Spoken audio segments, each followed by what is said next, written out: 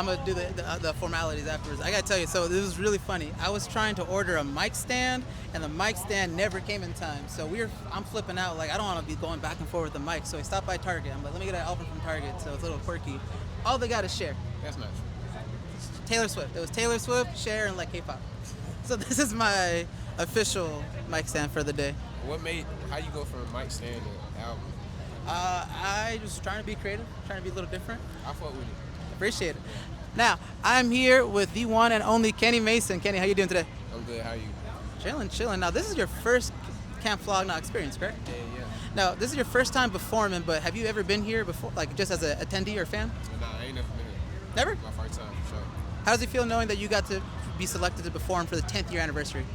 It feel good. It feel like, you know what I'm saying? I feel like this festival is curated pretty, like, specifically picky, you know what I'm saying? Like, they're picky about who perform here.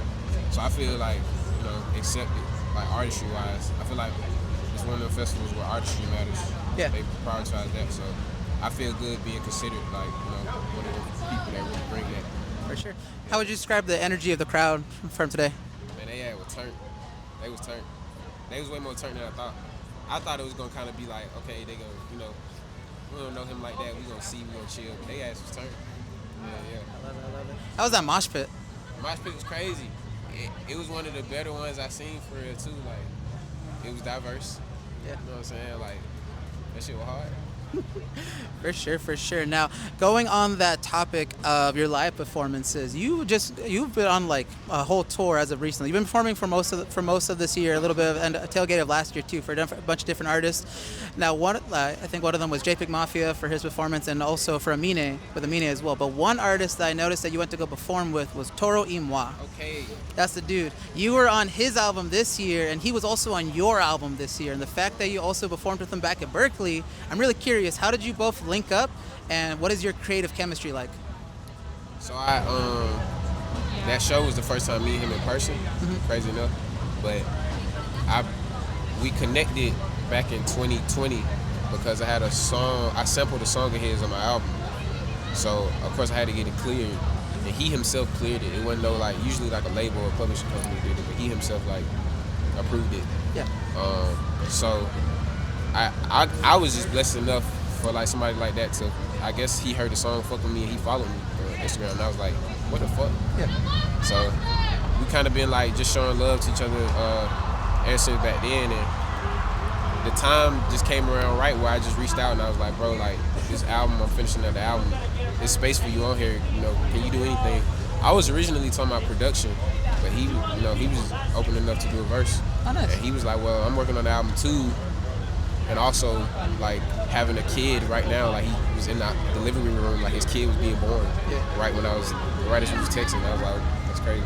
I imagine him being, like his wife being like, I'm giving birth, I'm in labor right now. Him being like, whoa. Kenny's on the phone. We gotta figure this out real fast. Now, do you think, going back to that song that you sampled, remind me again, what song was that? It was it's a song called For Show, and it sampled his song Mona Lisa.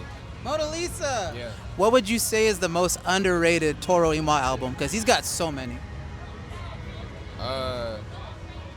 Underrated. He did this.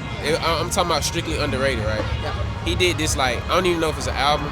He did this like collab project. I don't even know if it's a collab project, but he did this project where it's like Rome Fortune on like most of the songs, so it's kind of like a collab project between them. Yeah. But that was like a big part of me, like my 2014 escapades in the streets of Atlanta. Like I was playing that shit. I would say that's underrated to me. It's some crazy, like production on that shit crazy, like his melodies and shit on that shit crazy. Rome Fortune rapping on that shit crazy, like shit was just hard.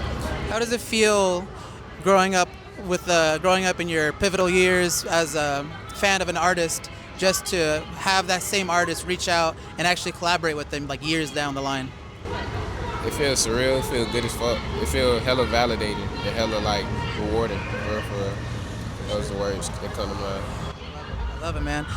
Real fast too. Well, were you also a fan of Tyler growing up? Yeah, what? You don't see anybody that's doing some different shit, you got to respect Tyler, like, you know what I'm saying? Like, he kind of paved the way for a lot of niggas to goddamn, you know what I'm saying, really present their art a certain way, you feel me? So, hell yeah, for sure. since it's the 10-year anniversary, I'm asking people, what is your oldest or your favorite Tyler the Creator memory?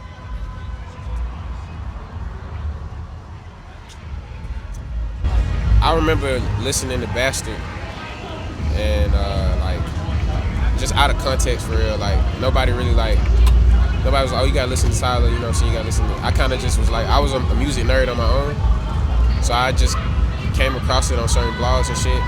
And I was like, let me listen to this, and I remember being like, this shit is fucking crazy, like in the best way. Like this shit awesome. Like the nigga talking to the therapist and shit. Like it was just like so theatrical as a mixtape. Like you know, like doing a whole bunch of mixtape shit. Like folks wasn't doing that on their mixtapes. Yeah. I thought that shit was hella creative and fire. That's like my earliest Tyler shit. Like just that red ass Bastard cover. Yeah. For sure. Now, to wrap things up, I want to ask you, you just dropped a new single as of recently, so tell me what fans can expect with this upcoming project you got coming up. Theatrics. You know what I'm saying? You taking it there. Like, it's a mixtape, so it's kind of like a lot of the songs were made during the 9 era, the album I dropped earlier this year. So they kind of still in that world, but it's a whole, like, world around it. So I don't want to give away too much, but you know, fans like I think they'll fuck with it. OG fans of mine will fuck with it. OG fans can expect some great heat coming later this year. Now, Mr. Kenny, I think we're out of time, but I want to say thank you for talking to me today. And do you have any other closing statements you want to make? Hell nah, Camp Flog Gnaw, Kenny Mason. You know what the fuck going on? EARMILK, man. You know what I'm saying? Shit going crazy. All right, thank you. I appreciate it.